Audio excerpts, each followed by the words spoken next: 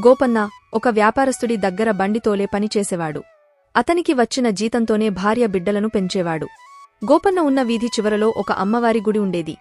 రోజు పనిలోకి వెళుతున్నప్పుడు ఆ అమ్మవారితో, నా భార్య బిడ్డలకు ఏ ఆధారం పెడతావో నీదే భారం తల్లి అని ధన్నం పెట్టుకుని ఆ తర్వాత పనిలోకి వెళ్లేవాడు. గోపన్న యజమాని చాలా క్రూరుడు.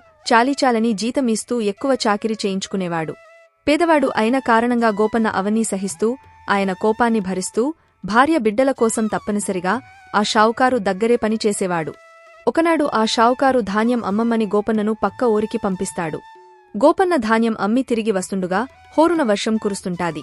అయినా ఎక్కడా ఆగక ఆలస్యం అయితే యజమాని తిడతాడని భయంతో గోపన్న ఎడ్ల బండిని తోలుకుంటూ ముందుకు వెళ్తుంటాడు.